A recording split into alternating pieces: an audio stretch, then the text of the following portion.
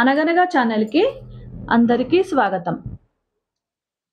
ఇప్పుడు మనం చిలుక చీమ అనే కథను విందాం. ఒక పెద్ద అడవిలో ఒక చెట్టు ఉంటుంది. ఆ చెట్టు మీద ఒక చిలుక ఉంటుంది. ఆ చెట్టుకుందేమో ఒక చీమ కూడా ఉంటుంది. అయితే అవి రెండు రోజు కష్టపడి ఆహారం సంపాదించుకుని మళ్ళీ తమ చోటికి వచ్చి అలా జీవనం గడుపుతూ ఉంటాయి. అయితే ఒకరోజు ఒక పెద్ద వర్షం వస్తుంది. పాపము ఆ వర్షానికి ఆ నీళ్ళన్నీ ఈ చీమ ఉన్న పుట్ట దగ్గరికి వచ్చేస్తాయి. అప్పుడు చీమకి అక్కడి నుంచి ఎలా తప్పించుకోవాలో అర్థం కాదు. నీళ్ళలో కొట్టుకుపోతూ ఉంటుంది. అప్పుడు ఇదంతా చూస్తున్న చిలుక చీమకి ఎట్లాగైనా సహాయం చేద్దామని అనుకుంటుంది.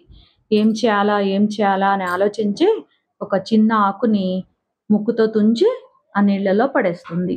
వెంటనే ఆ చీమ ఆ ఆకు మీద చెరిగి తన ప్రాణాలు కాపాడుకుంటుంది.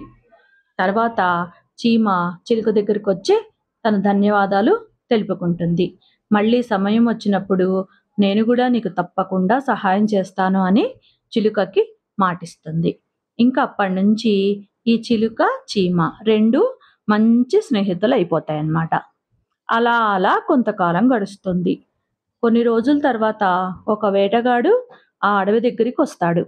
వచ్చి ఒక చెట్టు చాటున దాక్కుని బాణంతోటి ఆ చిలుకను కొట్టాలని ప్రయత్నిస్తాడు.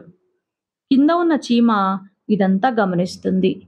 అయ్యో, ఇప్పుడు చిలుకని ఎలా రక్షించాలి అని చెప్పి బాగా ఆలోచించి గబుక్కున ఆ వేటగాడి కాలును కొరుకుతుంది.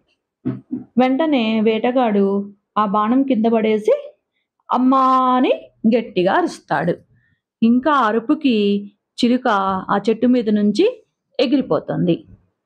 తర్వాత చీమ చిలుకకి జరిగిన విషయం అంతా చెప్తుంది.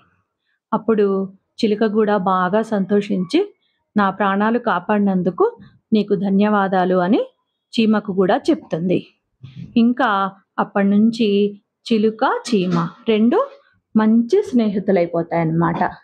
చూసారా పిల్లలు, ఒకరికొకరు సహాయం చేసుకొని చిలుక చీమ తమ ప్రాణాలు నిలబెట్టుకున్నాయన్నమాట.